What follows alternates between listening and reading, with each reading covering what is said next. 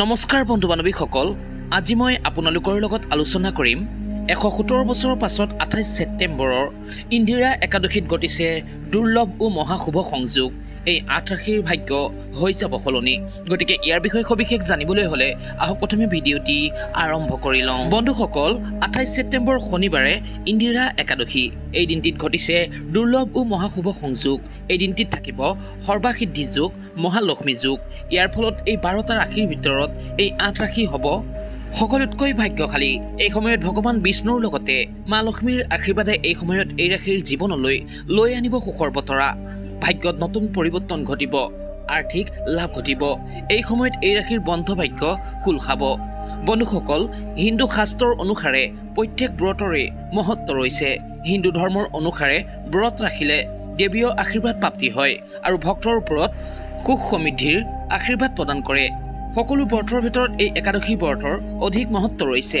প্ৰত্যেক বছৰে ২৪টা একাদশী পৰে। ছেপ্টেম্বৰ মাহত পৰা দ্বিতীয় একাদশীক ইন্দিৰা একাদশী বোলা হয়।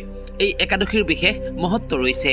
এই ইন্দিৰা একাদশী ব্ৰত ৰাখিলে ভগৱান বিষ্ণুৰতো আশীৰ্বাদ মিলেই লগতে পিতৃসকলৰ মুখ্য প্ৰাপ্তি হয়। গতিকে এই একাদশীত ভগৱান বিষ্ণুৰ কৃপা প্ৰাপ্তিৰ বাবে সম্পূৰ্ণ বিধি বিধানেৰে এই একাদশী ব্ৰত পালন কৰা উচিত। এতিয়া জানো আহক এই একাদশী তিথি কেতিয়াৰ পৰা আৰম্ভ হ'ব আৰু কেতিয়া সমাপ্তি ঘটিব। বন্ধুসকল, হিন্দু দিনপঞ্জীৰ অনুসাৰে এই আহিন মাহৰ একাদশী তিথি আৰম্ভ হ'ব ২৭ ছেপ্টেম্বৰ ২০২৪ শুক্ৰবাৰে দিনৰ ১:২০ পৰা আৰু সমাপ্তি ঘটিব ২৮ ছেপ্টেম্বৰ শনিবাৰে দিনৰ ২:৪৯। এই একাদশী ব্ৰত ২৮ ছেপ্টেম্বৰত ৰখা হ'ব। এতিয়া জানো আহক এই দিনটিত গ্ৰহ নক্ষত্ৰৰ স্থিতি অনুযায়ী ভগৱান বিষ্ণু ও মা লক্ষ্মীৰ আশীৰ্বাদ কোনকেইটা ৰাশিয়ে লাভ কৰিব। বন্ধুসকল, ইয়াৰ ভিতৰতেই প্ৰথম ৰাশিটি হৈছে মকৰ ৰাশি। এই ৰাশিৰ ওপৰত এই সময়ছোৱাত ভগৱান বিষ্ণু ও মা লক্ষ্মী অধিক প্ৰসন্ন হৈছে। এই সময়ত আপোনাৰ জীৱনৰ পৰা সকলো দুখ কষ্ট ও সমস্যা দূৰ হ'ব। সকলো কাৰ্যত এই সময়ত সফলতা প্ৰাপ্তিৰ যোগ ৰৈছে। বহু বছৰ ধৰি পৰি থকা যিকোনো কামেই এই সময়ত সফলতাপূৰ্বক পূৰ্ণ হৈ উঠিব। সোমাই থকা ধনো পুনৰ ঘূৰাই পোৱাৰ যোগ ৰৈছে। ধাৰ ঋণ আদিৰ পৰা মুক্ত হ'ব। আপোনাৰ দ্বাৰা কৰা চেষ্টাই আপোনাক সফলতা দিব। ভগৱান বিষ্ণু ও মা লক্ষ্মীৰ কৃপাত আৰ্থিক স্থিতি আগতকৈ অধিক মজবুত হ'ব। এই ৰাশিৰ যিসকল লোক ব্যৱসায়ৰ লগত জড়িত তেওঁলোকৰ এই সময়ত ব্যৱসায়ত লাভ মিলিব আৰু সেই ব্যৱসায় বিস্তাৰ পাব। এই সময়ত আপোনাৰ উগ্ৰতাক নিয়ন্ত্ৰণত ৰাখিবলৈ চেষ্টা কৰিব। ভগৱান বিষ্ণু ও মা লক্ষ্মীৰ আশীৰ্বাদত এই সময় আপোনাৰ বাবে শুভ ও উত্তম হিচাপে ৰ'ব। বন্ধু বান্ধৱীসকল, ইয়াৰ পাছৰ ৰাশিটি হৈছে মেঘ ৰাশি।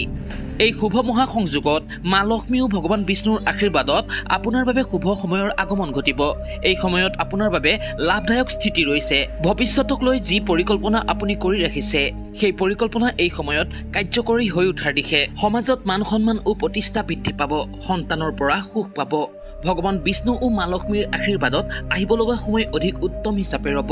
বন্ধু বান্ধৱীসকল, ইয়াৰ পাছৰ ৰাশিটি হৈছে কন্যা ৰাশি। ভগৱান বিষ্ণু ও মা লক্ষ্মীৰ আশীৰ্বাদে এই সময় আপোনাক লাভ দিব। এই সময়ত ঘটা পৰিৱৰ্তন আপোনাৰ বাবে লাভকাৰী হিচাপে ৰ'ব। দাম্পত্য জীৱন থাকিব সুখময়। পৰিয়াললৈ কোনো নতুন বস্তুৰ আগমন ঘটিব পাৰে, যাৰ ফলত ঘৰত সুখৰ বাতাবৰণ থাকিব। যিসকল লোক ব্যৱসায়ী তেওঁলোকৰ এই সময়ত ব্যৱসায়ত লাভ মিলিব।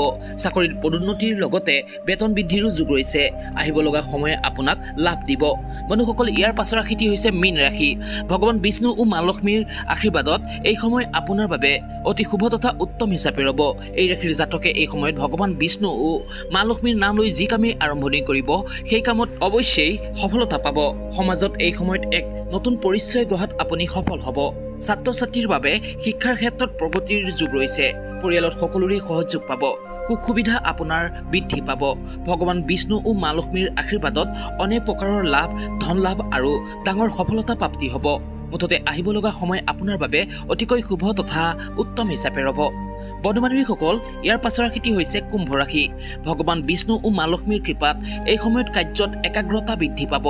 দ্ৰুত গতিত প্ৰগতিৰ দিশে আগবাঢ়ি যোৱাত আপুনি সফল হ'ব। কঠোৰ পৰিশ্ৰমেৰে যি কামত আপুনি লাগি থাকিব সেই কামত অৱশ্যেই সফলতা পাব। ধন লাভৰ প্ৰবল যোগ দেখা যায়। ব্যৱসায়ত মুনাফা লাভ হ'ব। লগতে নতুন ভূমি বাহন আদি ক্ৰয় কৰাৰো যোগ ৰৈছে। মা লক্ষ্মীৰ কৃপাত সময় আপোনাৰ বাবে অনুকূল থাকিব।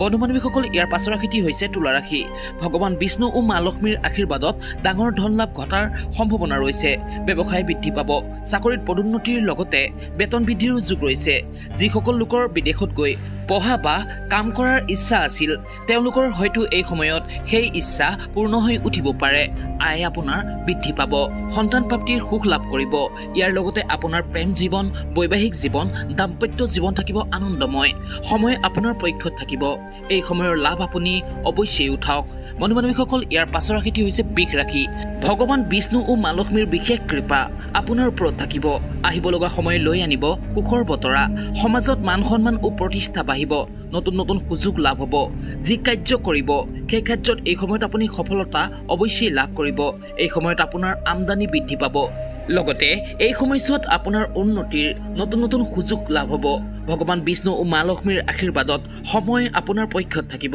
ঘৰ পৰিবাৰত সুখ শান্তিৰ বাতাবৰণ থাকিব আৰ্থিক স্থিতি আগতকৈ অধিক মজবুত হ'ব বন্ধু বান্ধৱীসকল একেবাৰে শেষৰ ৰাশিটি হৈছে বৃশ্চিক ৰাশি মা লক্ষ্মী ও ভগৱান বিষ্ণুৰ আশীৰ্বাদত এই সময়ত আপোনাৰ ডাঙৰ সুখবৰ প্ৰাপ্ত হ'ব পাৰে পৰিশ্ৰমৰ ফল এই সময়ত আপুনি অৱশ্যেই লাভ কৰিব ব্যৱসায়ত আপোনাৰ লাভ মিলিব জীৱন সংগীৰ পূৰ্ণ সহযোগ পাব সকলো ৰৈ থকা কাম এই সময়ত সফলতাপূৰ্বকভাৱে পূৰ্ণ হৈ উঠিব চাকৰিৰ ক্ষেত্ৰত কৰি থকা প্ৰয়াস আপোনাৰ সফল হ'ব লাভৰ নতুন নতুন দিশ লাভ হ'ব সকলো কাৰ্যতেই সফলতা পাব আৰ্থিক ৰূপত আগতকৈ অধিক আপুনি সবল থাকিব সন্তানৰ ফালৰ পৰা সুখ মিলিব মুঠতে আহিব লগা সময়ে আপোনালৈ সুখ শান্তিৰ বতৰা কঢ়িয়াই আনিব ভগৱান বিষ্ণু ও মা লক্ষ্মীৰ আশীৰ্বাদত এই সময় আপোনাৰ বাবে অধিক অনুকূল হিচাপে ৰ'ব সেয়েহে বন্ধু বান্ধৱীসকল যদিহে ভিডিঅ'টি আপোনালোকৰ ভাল লাগিলে লগতে ভগৱান বিষ্ণু ও মা লক্ষ্মীৰ বিশেষ কৃপা যদি আপোনাৰ ঘৰখনৰ ওপৰত সৰ্বদাই বৰ্তি থকাটো বিচাৰে তেন্তে তলত কমেণ্টত শুদ্ধ মনে লিখিবলৈ নাপাহৰিব ওম নমো ভগৱতী